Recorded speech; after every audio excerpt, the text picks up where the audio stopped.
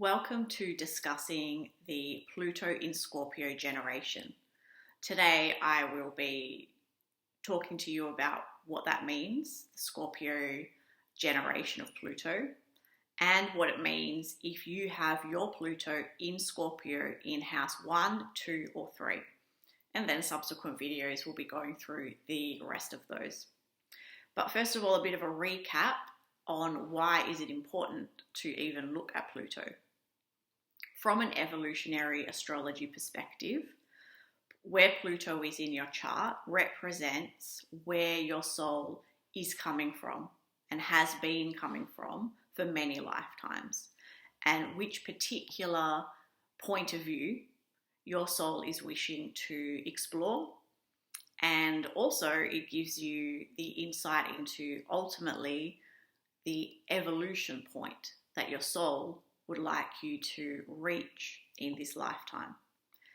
And in doing that, we always start with Pluto, then the South Node, and the South Node ruler. But today we're just looking at Pluto. So what might your soul be wanting to explore if you are part of the Pluto in Scorpio generation? This sign of Scorpio, as many of you would already know, is very much to do with power and powerlessness and everything that could end up representing. So things to do with power plays and the struggle to have power or to experience your own authentic power and everything that goes along with that, which includes things like establishing good boundaries or being able to be vulnerable and be able to deeply bond with another person without fearing manipulation or coercion or any of the things that come up when we think about power in terms of other people. And those other people could be people in very intimate relationships, family relationships, colleagues, friendships, and then your relationship with authority, society, and anything else. But most often, I think people with strong Pluto, strong Scorpio placements, and Pluto being the ruler of Scorpio. So if you do have strong Scorpio placements and or 8th house placements, this sort of thing is often most keenly felt in your relationships with other people, those you are closest to or would like to be closest to. So what we're going to do is explore what this means for the first 3 houses. So what does the first house represent from this point of view? The point of view of Pluto, the point of view of where your soul is coming from. The first house is very much about you wanting to have a special identity, really wanting to know who you are and where you're going in your life. There's just such a drive, a strong Aries thrust forward, a drive to get to know yourself and who you are, where you're going. It's all about following all those instincts with this endless quest of who am I? That's a big theme if you have Pluto in your first house. And wanting to know who you are, of course, then leads to who are you in the mirror of looking at your relationships with other people. So how do you know who you are? You know who you are through your experiences, but you most often know who you are through your relationships with other people. And that's what we're going to really look at here.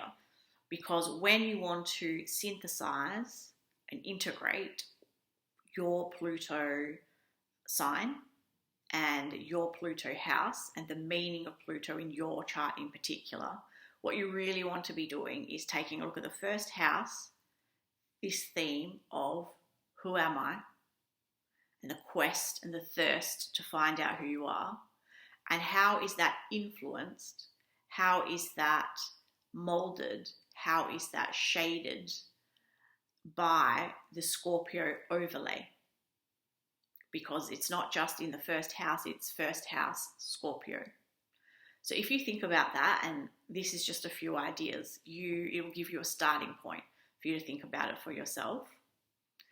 But if you have ideas of who am I and that thirst to know, and then you are looking in the mirror of your relationships with many other people in your life, all the people you've ever come across, and the dynamic of Scorpio is one of power plays, then what do you see mirrored back to you? You see struggle, you see fighting, you see either that you need to be either very attached to the people and identifying yourself with who they are, or you completely close them off, almost in the style of a dismissive avoidant, such that you put up strong boundaries to protect your identity. You create more of a fixed identity rather than something that you can evolve and grow into and explore. And you might close yourself off to even being able to reflect on who you are with the input of other people, because you fear being vulnerable, which is a very Scorpio thing. Okay, or you fear of being too entangled with other people and that they might suppress your freedom, because a first house Pluto has a great desire for freedom, because you need that freedom if you're going to explore who you are. And then in addition to that, if you are that sort of person who has almost a dismissive avoidant type, then definitely you're also looking at a fear of being caged as well. That relationships represent a caging for you and no opportunity to really explore who you are. The other side of the coin, though, is that you might not do that. You might instead become overly attached and have a greater fear of abandonment, and that other people are always going to betray you and stab you in the back. But it doesn't mean you don't want to attach to them. You still might try over and over and over again. And instead of becoming who you are, you might decide to mold yourself into a version that allows you to attach. So the power plays that you come up against might influence this quest for who you are by, in the end, shaping you into a version of yourself that you actually is not your true identity, is not your true self. And instead is a carbon copy of the person you are in an intimate relationship with at the time, or the person that you want to become at work or in your professional life, etc. And the other thing with this is that either way, you don't really end up establishing deep relationships, because if you don't know who you are, and you can't be clearly yourself with healthy boundaries and also healthy levels of vulnerability and all of those things, then you won't actually have a depth of relationship. And then that ends up compounding this typical first house scenario of aloneness and feeling alone and feeling isolated and feeling like you're misunderstood. And that is very much because of the inability to be yourself due to the power plays going on in most of your relationships. So that's a core look at what are the themes of having Pluto in the first house in Scorpio. So I would love for you to comment below on to what degree you relate to that. How true is that for you? And if you can, how in reality might you have experienced that in your life? So from childhood, because usually if this is the theme, it is something you have experienced from childhood through to the present day. And in another video further down the track, we'll talk about the Pluto polarity point. Where does your soul want you to go from here if this is where your starting point is? Okay, so let's talk about the second house and Pluto being in the second house in Scorpio. So first of all, the second house and the eighth house, or Taurus and Scorpio, are on the same axis. So they have a lot of themes in common anyway. But what is the second house theme most often about? It's really about your self-worth, and it's also about your resources and providing for yourself, your safety, your security, your ability to provide for yourself going forward. And often there is a lot of this feeling in the negative aspect that, first of all, low self-esteem. And again, in the more challenging aspect, when it comes to resources, there's a fear of not having enough, of that any minute now you won't have any more money, or something bad will happen, or you don't have enough to eat, or something will happen to your house or your utilities, or whatever it might be. And so there's this sort of hoarding tendency in the second house when it's challenged.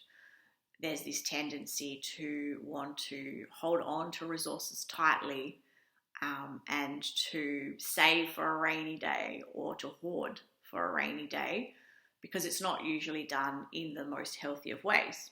Now, with both of those, how would they be influenced by Scorpio?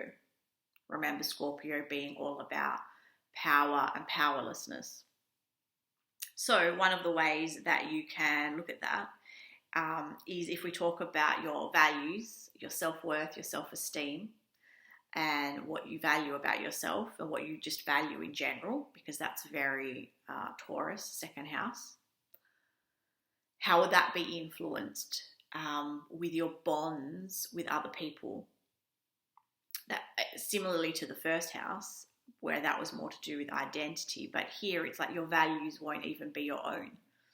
Or either you'll stubbornly hold to your values such that you block out everybody else with slightly different values, or very different values. Or instead of that, you will just adopt the values of other people, and that includes their opinions about you. And so all of your self-worth will also become wholly from the opinions of others, especially those closest to you. So how you feel about yourself day to day will depend on who the people are in your life and how they feel about you and how they are treating you. And if they're manipulating you and they're making you feel powerless, etc., then that's how you feel. If they make you feel powerful and special and all of those things, then you will feel those things too. But usually we're talking about things that are challenging here, and it's not usually something that is experienced in the more pleasant or positive aspects. There's also the power play between your comfort zone and being pushed out of it. So the second house is very much about where is your comfort zone. And if you're going to step outside of it, it will have to be your choice. Whereas if you feel coerced and manipulated into stepping out of your comfort zone, even if that's not what's happening, but that's how you feel about it, then you'll be very resistant to that and very resistant to the influence of other people, even if they are encouraging you to grow and develop. So there's that aspect there. Also, you spend a lot of time in survival mode with this particular aspect, because there is the situation where you are so much in survival mode if you have Pluto in the second house, worried about money and resources and whether there'll be enough, and whether you can really provide for yourself in the future, and how are you going to do that, and can you do that in a way that aligns with your values, but you feel powerless to do that because of Scorpio. So there's the want and then the despondency because of this feeling of powerlessness, like the whole world is in charge of what you're able to do and how you're able to provide for yourself, and that you don't have any power to do that yourself. And then there is the other side where actually, instead of trying to become independent, financially, in your resources, in your own view of yourself. You become too reliant on other people, such that you rely on them to give you your self-worth. You rely on them to provide you with money and resources and a house and food and pay your bills, and that you cannot detach from that. And it's a whole, and again, that just feeds that vicious loop of the survival mode and the comfort zone, and it gets worse and worse. Here I've just noted down about power and manipulation for securing finances and resources. That's right. So you might actually end up yourself being the one who exerts power to try to secure finances and resources. And so the way you do that is with manipulative and coercive strategies. So you could be on that side of the coin where you find yourself tricking people into providing for you in various ways as well. And in this particular axis, there's also, this is the axis of sex. And literally the second house being about literally the genitals. So there can be either feeling like you're the only way to achieve security and resources and have any power is through sexual acts, or you may feel either coerced into that, or you may do it intentionally, so that this is the form of power that you know, and this is the form of power that you feel comfortable with. So those are a range of themes of why your soul might have incarnated in this lifetime with Pluto in the second house Scorpio. I would love for you to share how and where that resonates with you, and maybe you have a little story about that, about particularly how has that played out in your life. And again, in a subsequent video, we'll be looking at, so what does your soul want you to do about this? Which way are you supposed to go? What is the intention of evolution? And lastly, for this video, we're talking about the third house, and Pluto being the third house in Scorpio. So the third house is very much about two things. It's about education, how you know what you know, where you gain your knowledge, all of that. You know, not just school, of course, but just in the myriad ways that you gain an education and knowledge. And about literally speaking. Literally, you're thinking and you're speaking. So how would those two themes be influenced by Scorpio? Let's start with education. If your education has been influenced by power plays and powerlessness and power, what might have happened? You might have felt that you always had run-ins with your teachers, or that you didn't get to go to the school that you wanted, or you weren't allowed to study what you wanted, or you were somehow prohibited from studying what you want to study. You might feel a victim to this education system in general, to the whole way that education is set up in society. Maybe you didn't have the funds to go and study what you wanted, so you had to choose a different career path because the access to education wasn't there for you. Perhaps you felt that you were, you're very intelligent and you should be rewarded a lot for your merit and for your achievement, but you weren't. You were never recognized. The powers that be didn't recognize who you were and your intelligence. They had other rules on that, and other sets of like a power playbook, if you like, that you didn't know, and so you didn't know how to be a part of. So that could be a lot of that. The other part of that is you might not have had that experience at all, and actually had the experience of being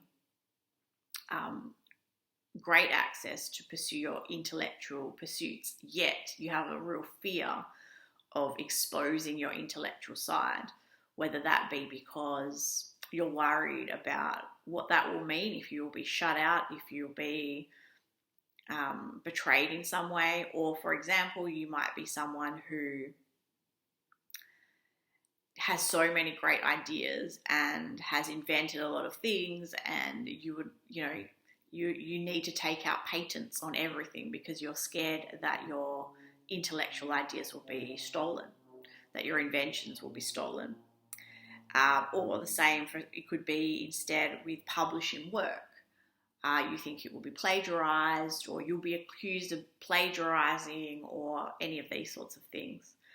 And just in general, you might have this real fear of being an expert because you don't know how you will be received, and you fear the powers that be and how you might be betrayed about what it is as an expert, that you might not be able to really come forth as an expert, that something will be blocking you, that there will be barriers and obstacles in your way.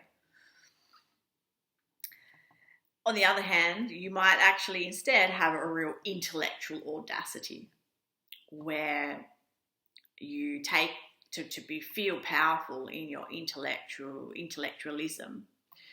You might actually pretend you know more than you know. You might fake more than you really know about a topic, and assert constantly that you do know everything about this, but in reality you don't.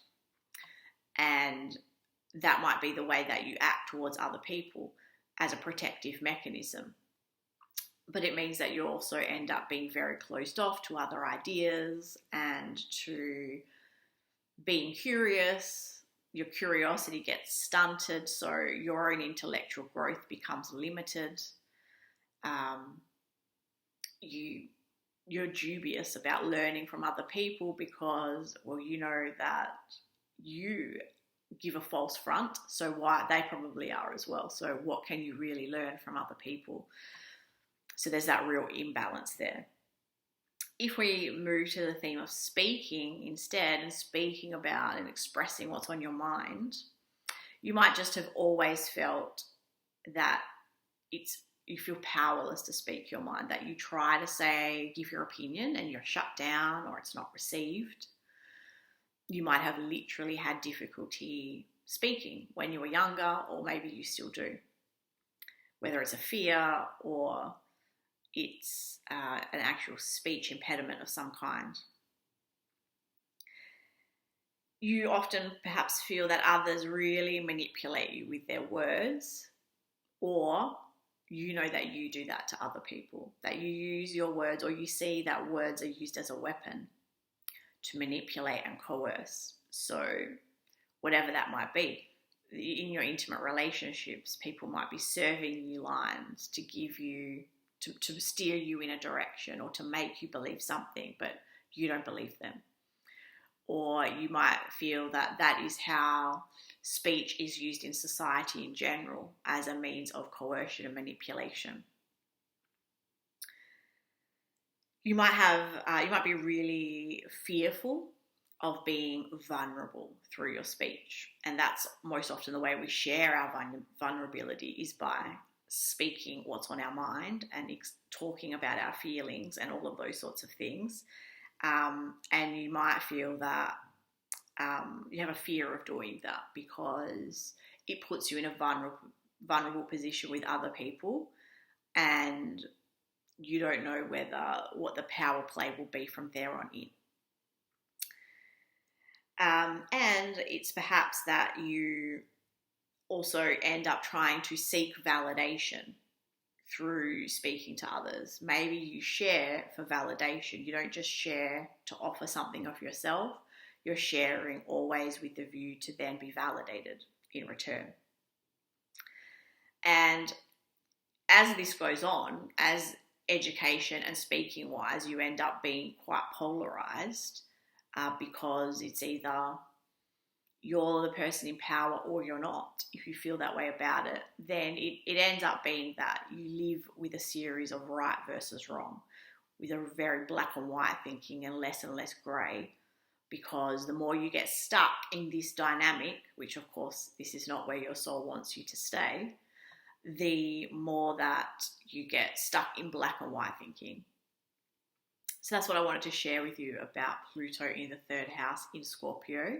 And I would love for you to share what, if anything, resonates from that. Do you have any experiences that you can share from your childhood, or maybe even what's going on now that really resonates with you, that points to this particular placement? So in the next video, I'll be doing houses 4, 5, and 6. And soon enough, I'll be also returning with the Pluto polarity point. Where does your soul want you to evolve to in this lifetime?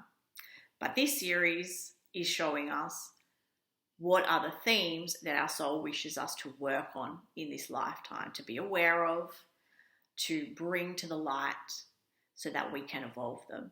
And that's what we're looking at. So this here could show you some of the challenges that you've absolutely had as a theme your entire life. I'd love to hear your thoughts about that, and I'll see you soon.